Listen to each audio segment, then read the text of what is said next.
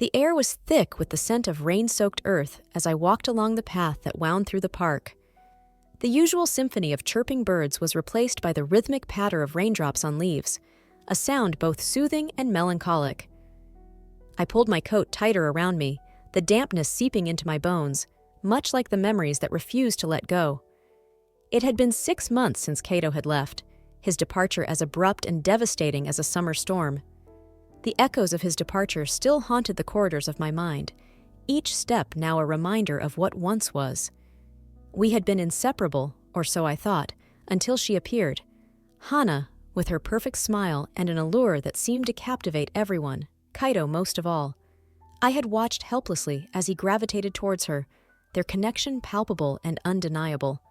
The pain of watching him drift away was sharp, like shards of glass embedded in my heart. I had been a silent witness to my own unraveling, forced to confront the inadequacies I perceived in myself. Yet, despite the storm inside me, I had remained standing, determined not to crumble under the weight of my own despair. The first few months after his departure were a blur of loneliness and introspection. I found solace in small, unexpected places, a warm cup of tea on a chilly morning, the gentle hum of my favorite songs, and the quiet companionship of my cat, Momo. It was during these solitary moments that I began piecing myself back together, slowly embracing the fragments of who I was without him. Then, one evening, as the sun dipped below the horizon and painted the sky in shades of crimson and gold, my phone buzzed with a message. It was from Cato, a simple request to meet. My heart raced with a mix of anticipation and dread. What could he possibly want now? The cafe we chose was familiar, a place we had frequented during our happier days. The aroma of freshly brewed coffee greeted me as I entered, mingling with the warmth of nostalgia. Cato was already there, seated at a corner table, looking both familiar and alien at once. His face was a canvas of emotions, regret, vulnerability, and something else I couldn't quite decipher. As I approached, he stood, his eyes meeting mine with an intensity that made my breath catch. "Thank you for coming," he said, his voice a whisper amidst the ambient chatter. I nodded, taking a seat opposite him. "Why did you want to meet, Cato?" I asked, my voice steadier than I felt. He hesitated, running a hand through his hair, a gesture I once found endearing. "I made a mistake," he began, and the raw honesty in his voice surprised me. "Hana, she wasn't who I thought she was. She betrayed me, and I've been a fool." His words hung in the air, heavy with unspoken history. Part of me wanted to reach across the table, to offer comfort, but another part, the one still nursing old wounds, held me back. "What do you want me to say, Cato?" I finally asked, my voice tinged with a mixture of bitterness and curiosity. "I don't expect you to forgive me," he admitted, his gaze dropping to the table. I needed to see you, to apologize. I realized how much I took you for granted." His admission sparked a flicker of something within me, a warmth I'd long buried. Yet I couldn't ignore the scars left by his betrayal. "Cato, you hurt me," I said, my voice firm. "And while I appreciate your apology, I can't just forget everything." He nodded, a ghost of a smile appearing on his lips, acknowledging the truth in my words. "I understand," he replied softly. "I don't deserve your kindness, but I hope we can at least start anew as friends." The rain outside had slowed to a gentle drizzle, the world beyond the cafe's windows washed clean and new. As I sat there, contemplating his offer, I realized this was as much about my own healing as it was about him. Accepting his apology wouldn't erase the past, but it might help carve a path towards a future where the echoes of old wounds no longer held power over me. "Friends," I repeated, the word tasting bittersweet on my tongue. "We can try." And with that tentative promise, a new chapter began, one where the lessons of the past became stepping stones rather than shackles, guiding me toward a horizon colored with both caution and hope. I watched the sunset spill its dying colors across the sky, painting the world in shades of nostalgia. The memories of him, his laughter, his promises, were ghosts that haunted these twilight hours.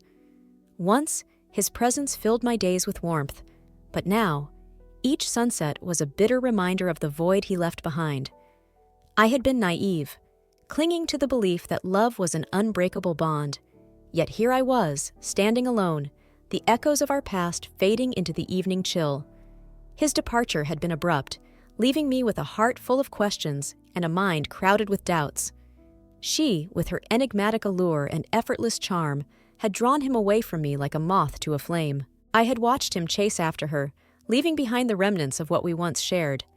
At first, I cursed myself for not being enough, for not shining as brightly as she did in his eyes.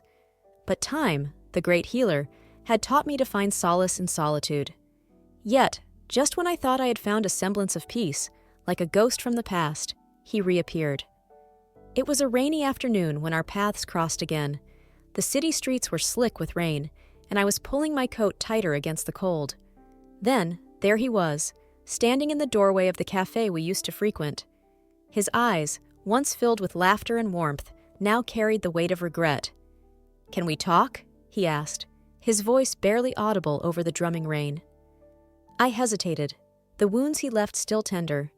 Yet there was a part of me, perhaps the part that still remembered the good times, that nodded in response. We sat across from each other, the silence between us a chasm filled with unspoken words. He spoke of betrayal, of how she had shattered his world just as he had shattered mine. There was a strange satisfaction in hearing it, but it was bittersweet. His return was not a balm for my wounds. Rather, it stirred up the sediment of emotions I thought I'd left behind. I realized then that his pain did not erase my own, nor did it mend the fractures in my heart. I listened as he poured out his regrets, his words heavy with the burden of hindsight. But as I sat there, I felt a shift within me. The person sitting across from him was not the same one he had left behind. I had grown in his absence, found strength in my solitude, and learned to love myself without validation from others.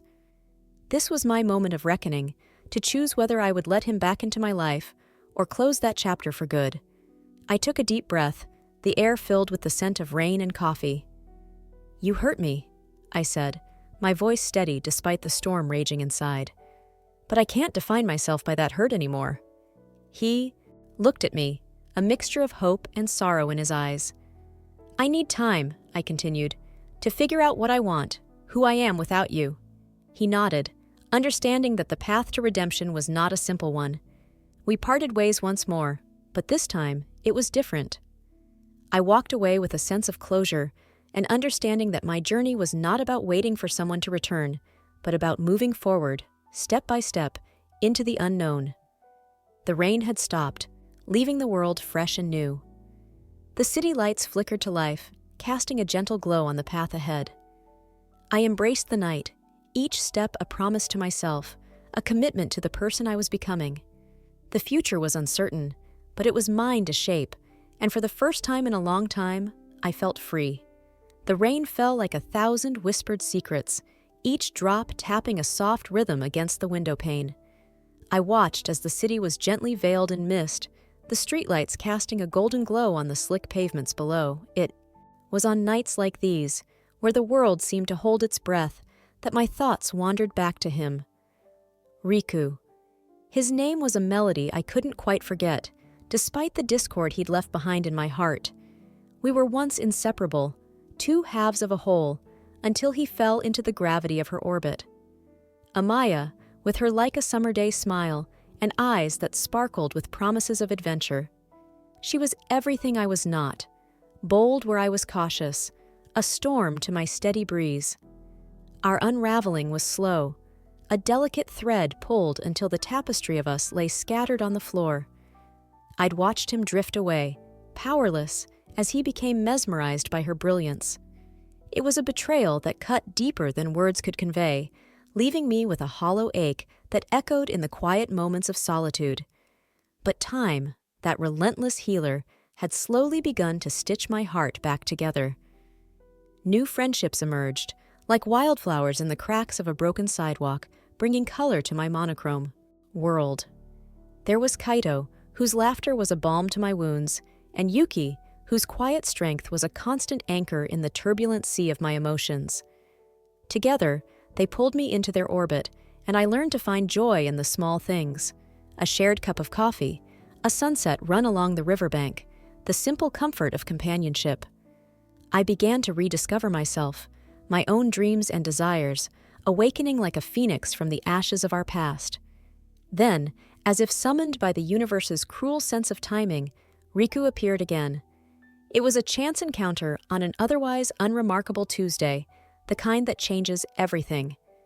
He stood there, drenched by the rain, his eyes shadowed with regret. My heart stuttered in its rhythm, caught between the old pain and the new resolve. He spoke of betrayal, of how Amaya's promises had been as ephemeral as morning dew.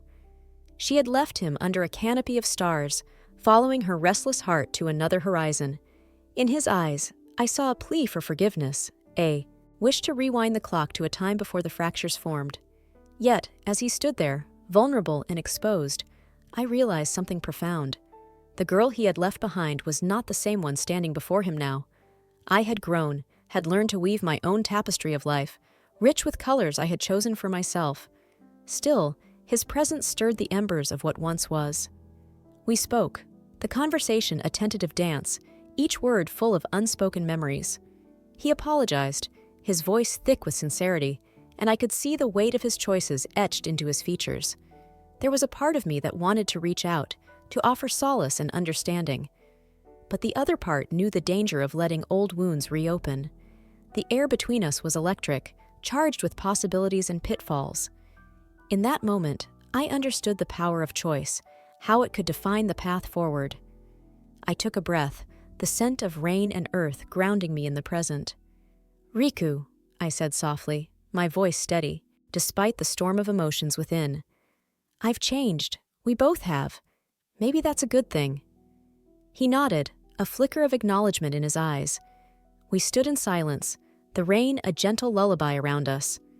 As he turned to leave, a part of me mourned what could have been, while the other celebrated the person I had become. The journey ahead was uncertain, but I was no longer afraid. I had learned to navigate the labyrinth of my heart, and with each step forward, I knew I was closer to discovering the person I was meant to be. The rain outside my window painted the world in muted shades of gray, a fitting backdrop to the turmoil that swirled within me.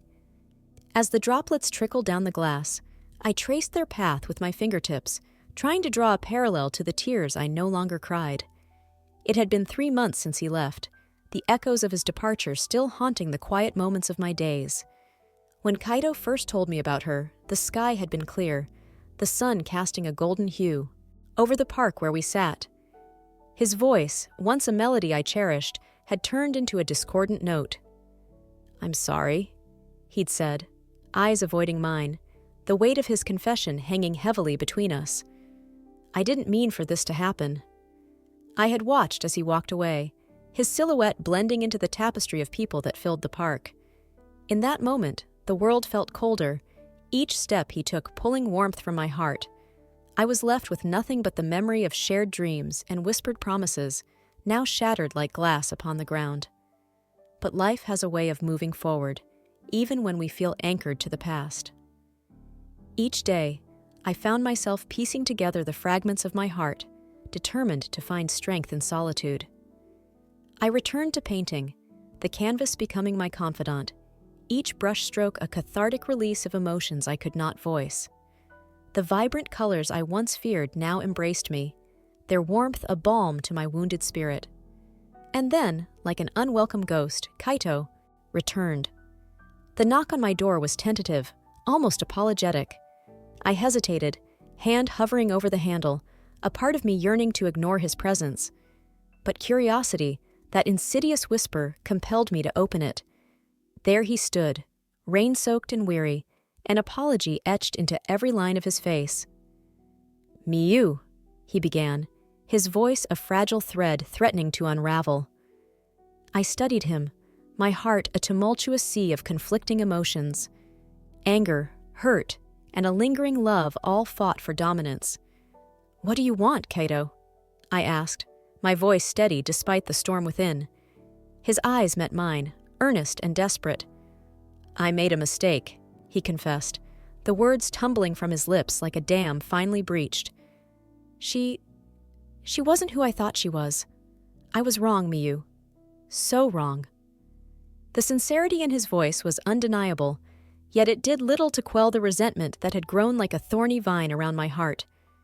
And you expect me to just forgive and forget?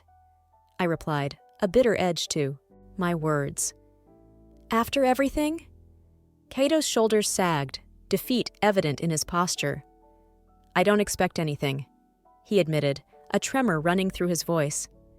I needed to tell you, to try and make things right. The silence stretched between us, heavy and oppressive. As I looked at him, I realized that this was a crossroads, a moment where I needed to decide whether to let go of the past or allow it to define me. I turned away, stepping back into the sanctuary of my apartment. I need time, I said softly, closing the door on the conversation, on the memories, and on him. In the days that followed, I found myself reflecting on the nature of forgiveness. It is not a gift we give to others, but a release we grant ourselves. I walked through the park where we once shared laughter, the shadows of our past selves still lingering in the corners of my mind. The cherry blossoms were in bloom, their delicate petals a reminder of beauty and transience. As the days grew warmer, I began to notice the world anew. The laughter of children, the rustle of leaves in a gentle breeze, the vibrant hues of sunset. They became my companions, filling the spaces Kaito had once occupied.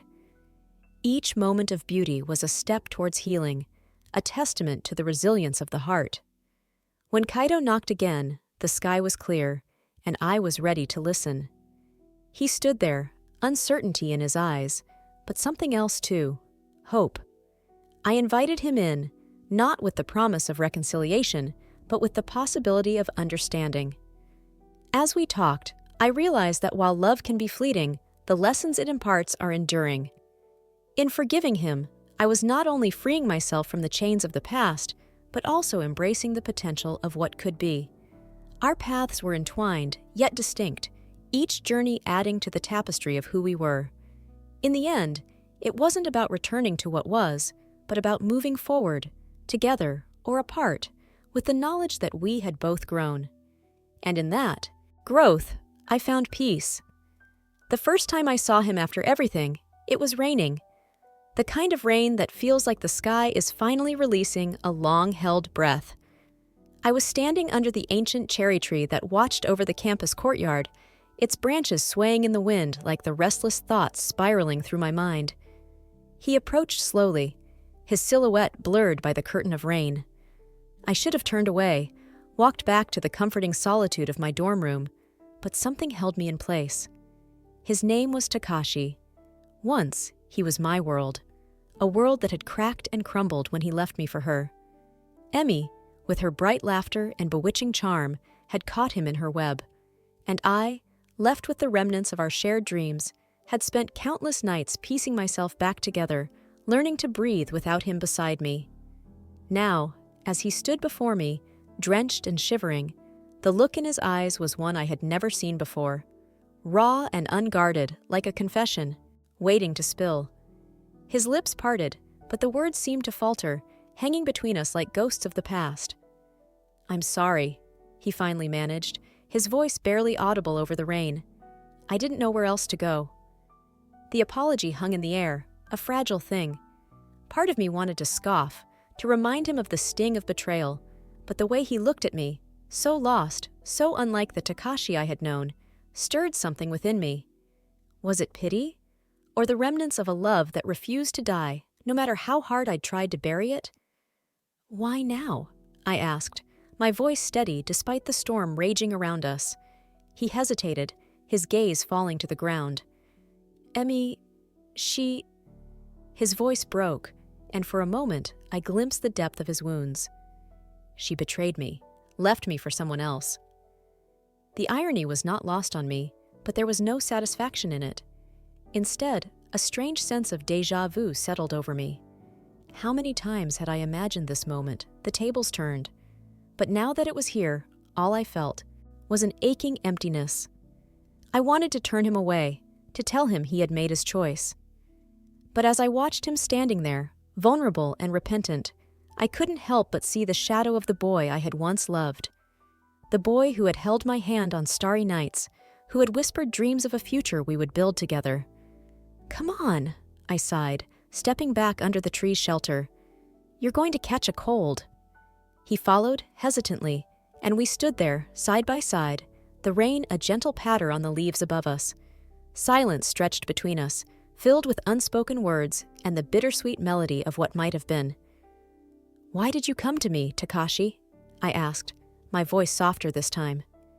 He looked at me, his eyes searching mine as if seeking forgiveness. "Because you're the only one who ever really saw me, the real me." His words struck a chord deep within me, resonating with a truth I had long tried to deny. Despite everything I had seen him, his hopes, his fears, his flaws, and maybe, just maybe, he had seen me too. We stayed there, sheltered by the cherry tree, as the rain began to let up, the world around us washed clean and renewed. It was in that moment, under the fading storm, that I realized this was not the end, but a new beginning. A chance to redefine what we meant to each other, to rebuild from the ruins. As the clouds parted and a tentative sunbeam broke through, I turned to him, offering a small, tentative smile. "Let's start over," I said, extending my hand. He took it, his grip firm and familiar, and in that simple gesture, the past began to fade, leaving room for whatever the future might hold. Together, we stepped out from beneath the cherry tree, ready to face the uncertain path ahead. As the cherry blossoms began to fall, their soft pink petals danced with a gentle breeze, painting the world in a delicate hue of nostalgia and sorrow. It was as if nature itself was mourning with me, whispering secrets of unrequited love and lost dreams. Stood beneath the ancient cherry tree in the park, where we had spent countless afternoons. The memories of our laughter echoed in the rustling leaves, and I could almost hear his voice, tender and full of promises that now felt as distant as the stars. Ryu had been everything to me, my world wrapped in the warmth of his smile. But that was before she came into our lives, like a storm that swept everything away. Her name was Aiko, a whirlwind of charisma and confidence. She moved through our circle of friends with an effortless grace, capturing hearts with a mere glance. Ryu was no exception. I could see the change in his eyes, the way they sparkled when he spoke of her, and a part of me died each time his gaze lingered on her instead of me. I had tried to hold on, clinging to the threads of what we once had, but they slipped through my fingers like sand. It wasn't long before he left, drawn to Aiko's brilliance, leaving me to pick up the fractured pieces of my heart. The betrayal cut deep, leaving scars that I feared would never heal. Days turned into weeks, and the world continued to move forward, indifferent to my pain. I found solace in small things, the pages of a book, the soft glow of the moon, and the comforting aroma of freshly brewed tea. My friends rallied around me, their support a balm to my wounded soul. Yet, no amount of distraction could fill the void he left behind. As summer faded into autumn, I began to rebuild myself, brick by brick. I discovered strength I never knew I possessed, and slowly, the shadows began to recede. I enrolled in a painting class, losing myself in the vibrant colors that poured from my brush. Each stroke was a step towards reclaiming my identity, a declaration of independence from the pain that tethered me to the past. Then, one crisp autumn evening, as I was packing away my paints, a familiar silhouette appeared at the door. Ryu stood there, his eyes filled with a vulnerability I had never seen before. He looked like a man who had walked through a storm and emerged battered but alive. My heart skipped a beat, torn between the joy of seeing him and the anger that simmered beneath the surface. He approached slowly, as if afraid I might vanish like a mirage. I made a mistake," he stammered, his voice barely above a whisper. "Aiko, she wasn't who I thought she was. She left me, and I realized what I had lost." The words hung in the air, heavy with unspoken emotions. I searched his eyes for sincerity, finding a flicker of the boy I once loved. But could I trust him again? Could I open my heart to the possibility of more pain? I don't know if I can forgive you, Ryu, I replied, my voice steady despite the storm raging inside me. You broke something that might never be whole again. He nodded, his expression one of deep regret. I know, and I don't expect you to, but I had to try, to tell you how sorry I am. As he stood there, waiting, the weight of the decision pressed down on me. Forgiveness seemed like an impossible mountain to climb, yet I couldn't deny the part of me that still longed for the comfort of his embrace. Our eyes met, and for a moment the world fell away. The air was thick with the scent of fallen leaves and the distant sound of a train passing, a reminder of the relentless march of time. My heart was a battlefield, torn between the past and the present, between love and self-preservation. I took a deep breath, feeling the crisp air fill my lungs. Let's take it one step at a time, I said finally, the words a fragile bridge between us. I need to find myself again, and maybe, just maybe, we can find each other too. A tentative smile touched his lips, and he nodded. I'll wait, as long as it takes. As he turned to leave, I glanced at the cherry tree, its branches bare now, but promising new blossoms in the spring. And I realized that perhaps, like the seasons, we too could find renewal in our own time, in our own way. The rain pattered softly against my window, each droplet a tiny reminder of the tears I had shed. It was a comfortable kind of melancholy, the kind that wrapped around me like an old, familiar blanket. I sat in my room, surrounded by the low hum of the city beyond, a cacophony of life that felt so distant, yet so close. A year had passed since Kenji left me for her. Her name was Mayumi, and she was everything I was not. Vibrant, daring, a whirlwind of color and sound that swept Kenji off his feet. They were the couple everyone envied, two stars orbiting each other in a dance that seemed destined to last an eternity. But I knew better than anyone that stars could fall, and when they did, the sky would shatter. I had moved on, or at least I told myself I had. My days were filled with studying, with work, with anything that kept my mind from wandering down memory's treacherous paths. But no matter how many distractions I piled up, there were moments like this rainy evening when the past crept back in, unbidden and relentless. It was during one of those moments that Kenji reappeared. I was walking home from a late study session, the streetlights casting long shadows that danced along the pavement. My heart skipped a beat when I saw him standing under the old cherry blossom tree where we had shared our first kiss. His silhouette was familiar, yet there was a fragility to it now, as if the wind might whisk him away at any moment. "Yuki," he called softly, his voice barely audible over the rain. There was a tremor in his tone, a vulnerability that pulled at something deep within me. I stood frozen, caught between the impulse to run and the desire to hear him out. The rain soaked through my clothes, but I barely felt it. All I could see were his eyes, shadowed but shining with a plea I had never seen before. "What do you want, Kenji?" I asked, my voice steadier than I felt. I had rehearsed this moment countless times in my head, but now that it was here, I found myself adrift in a sea of emotions I thought I had buried. He took a hesitant step forward, the distance between us as vast as an ocean. "She left me, Yuki.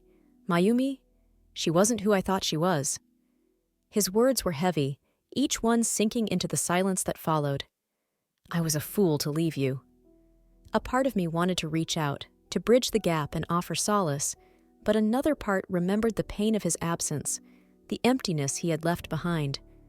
I was torn, my heart a battlefield of conflicting desires. "Why are you telling me this?" I asked, my voice barely more than a whisper. "You made your choice, Kenji." He nodded, his gaze dropping to the ground. "I know, and I regret it every day. I was blinded by what I thought was love, but it was nothing but illusion." The rain continued to fall, a steady rhythm that matched the pounding of my heart. I wanted to believe him, to let the warmth of his words melt the ice that had encased my heart since he left. But trust, once shattered, was not so easily repaired. "I don't know if I can forgive you," I admitted, my voice wavering. "You hurt me, Kenji. You broke something inside me." He looked up, his eyes filled with a sorrow that mirrored my own. "I know, and I don't expect forgiveness, Yuki. I wanted you to know the truth. I wanted to apologize." Silence stretched between us, a fragile thread connecting our worlds. The rain began to lighten, as if nature itself held its breath, waiting for my response. I took a deep breath, searching for the strength to say what needed to be said. "I need time, Kenji. Time to heal, to figure out what I want. I can't promise anything, but maybe we can start again, as friends, nothing more." He nodded, a faint smile tugging at his lips. "I'd like that," he said softly. "Thank you, Yuki." As he turned to leave, I felt a strange sense of closure, a door gently clicking shut on the past. The rain had washed away some of the pain, leaving behind a tentative hope that perhaps, in time, we could find our way back to each other, not as we once were, but as something new, something better. I watched him disappear into the night, a lone figure beneath the streetlights. The rain finally ceased, leaving the world fresh and renewed. I stood there for a moment longer, breathing in the cool air, feeling the weight of the past slowly lift from my shoulders. The journey ahead was uncertain, but for the first time in a long while, it felt like mine to choose. The rain drummed a melancholic symphony on my window, its persistent rhythm a constant reminder of those cold nights when loneliness was my only companion. I watched as the droplets traced erratic paths down the glass, much like the chaotic thoughts that tangled in my mind. It had been 6 months since he left. 6 long months since Kai walked out of my life, chasing after a mirage that promised him everything I couldn't, or perhaps wouldn't offer. I remember the day he told me about her. His eyes were filled with a light I hadn't seen before, a brilliance that both captivated and cut me deeply. "She understands me," he had said, as though I had never tried. His words had pierced me, yet I stood silent, swallowing my pride and the torrent of emotions that threatened to spill over. I had always been the quiet one, the listener, the anchor to his tempestuous spirit. And now, I was the one left adrift, grasping at memories that slipped through my fingers like sand. But life has a strange way of unfurling its mysteries. On a day not unlike this one, as the sky wept, he returned, drenched, disheveled, and desperate. The sight of him there, on my doorstep, was both a balm and a dagger. He looked up, his eyes now dull and clouded, shadows of the vivacity they once held.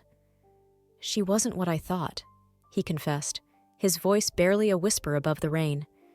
There was a vulnerability in his admission that tugged at something deep within me, yet anger simmered just beneath my skin. I let him in, though my heart waged a silent war. The warmth of the small apartment was a stark contrast to the icy tension that lay between us. He sat on the worn couch, his familiar presence both comforting and alien.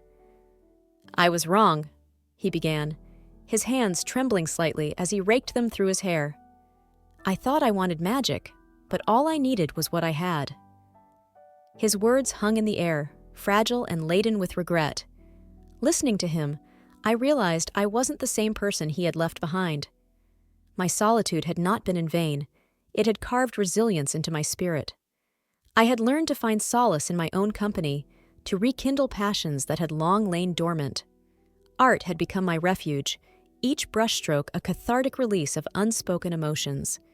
Yet, hearing him now, that fragile part of me, still raw and aching, yearned for closure, or perhaps a new beginning. We spent the evening talking, our words tentative bridges spanning the chasm between us. He recounted tales of deceit and betrayal, the layers of his disillusionment, peeling away to reveal the truth of his heartbreak. And as he spoke, I saw the boy I once loved, now grown and weathered by his choices. There was a strange comfort in this shared vulnerability, an understanding that perhaps we had both needed this time apart to truly see each other. Night settled in, wrapping us in its velvet embrace, and with it came a sense of fragile peace. As he stood to leave, I grappled with the question that had lingered unasked. "Why did you come back?" The answer, when it came, was simple yet profound. "Because you are the only one who ever saw me for who I truly am." His words resonated in the stillness, and for the first time in months, I felt the stirrings of hope. Yet, I knew this wasn't a resolution. It was merely the beginning of a new chapter in our story. One where forgiveness and trust would need to be rebuilt, brick by delicate brick. As the door closed behind him, I stood there, amidst the quiet hum of the city night, contemplating the path that lay ahead. It would not be easy, but then, nothing worth having ever is. And as I turned off the lights, I realized that perhaps this was not just his journey back to me, but mine as well, back to myself and to the love I once cherished. The cherry blossoms were in full bloom, delicate pink petals fluttering like whispered secrets on the wind. It was the kind of day that felt alive with possibility, yet here I was, sitting alone on the park bench that was once our favorite spot. The sun filtered through the branches, dappling my notebook with patches of light and shadow as I scribbled down fragments of thoughts, trying to make sense of the chaos in my heart. It had been 6 months since Akira had left me for Hana. 6 months of pretending I was okay, while the world around me seemed to shrink and dim. Akira and I had been inseparable since high school, our lives intertwined like threads of a tapestry. His departure had unraveled everything I thought I knew about love, about trust. Yet, in a cruel twist of fate, Hana had betrayed him, leaving him shattered and alone.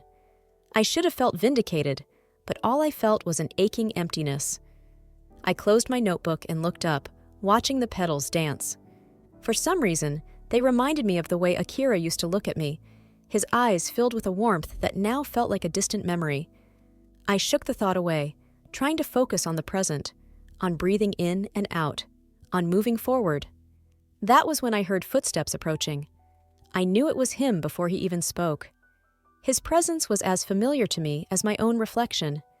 I didn't turn around, unwilling to meet his gaze, afraid of what I might see there. "Mayumi," he said softly, his voice carrying the weight of so many unspoken words. I felt a shiver run through me, a mix of nostalgia and resentment. "What do you want, Akira?" I asked, my voice steady, though my heart was anything but.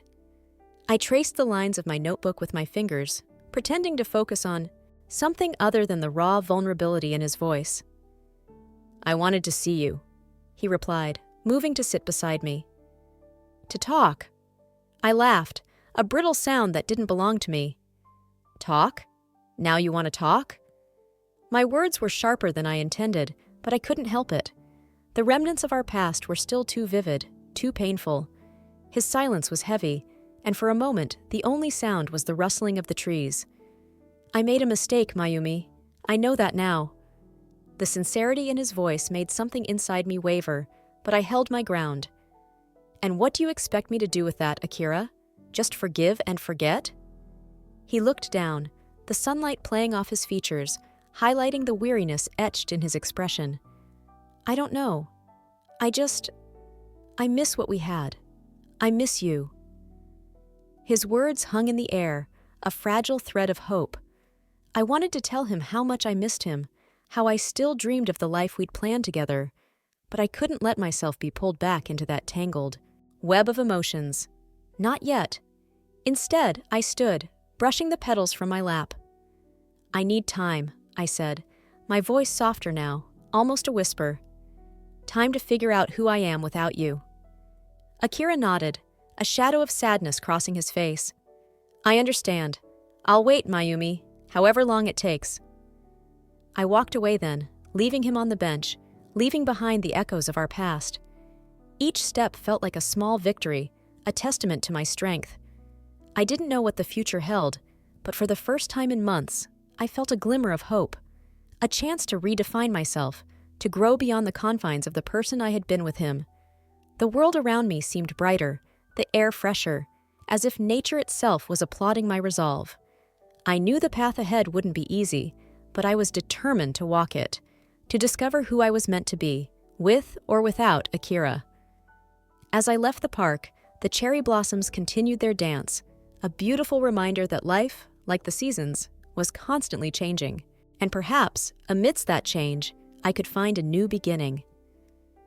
I stood at the edge of the old wooden pier, the salty breeze tangling my hair into chaotic knots, much like my thoughts. The ocean stretched endlessly before me, its rhythmic waves a deceptive promise of serenity. It had been months since I last saw him, months that felt like years. I once thought I knew him, every facet of his being, but how quickly love blindsides you with its illusions. When he left me for her, it was as though the earth had shifted beneath my feet, leaving me grasping at air. I was left with echoes of laughter and promises that now seemed hollow, drifting away on the winds of yesterday. At first, I was lost in a storm of emotions, anger, sadness, confusion. But over time, these feelings settled into something more introspective, more profound. I began to see the cracks in the foundation of what I once believed was unbreakable. Her name was whispered like a haunting melody in the halls of our shared memories, Amaya. She was everything I wasn't, enigmatic, alluring, a mystery wrapped in charm. I could see why he was drawn to her. She was the sun, and he was a moth desperate to bask in her light. But I knew from the start that the sun is not a place you can call home. It's a place you get burned. Despite the pain, I found an unexpected solace in solitude. It was then that I began to rediscover parts of myself I had long neglected. I picked up my old paintbrushes, the tips dried and forgotten, and started painting again. Each stroke of color was a balm to my wounded heart, a way to articulate the emotions I couldn't find words for. The canvas became a mirror of my soul, each hue a testament to my resilience. I also reconnected with friends I had sidelined during our relationship. They became my grounding force, pulling me back to reality when I drifted too far into the quagmire of past regrets. One friend in particular, Yuki, was my rock. With her boundless energy and unwavering support, she reminded me that I was not defined by who loved me or who didn't. I was defined by who I chose to be, regardless of the circumstances. Then, one rainy afternoon, as the sky wept for the tales untold, he returned.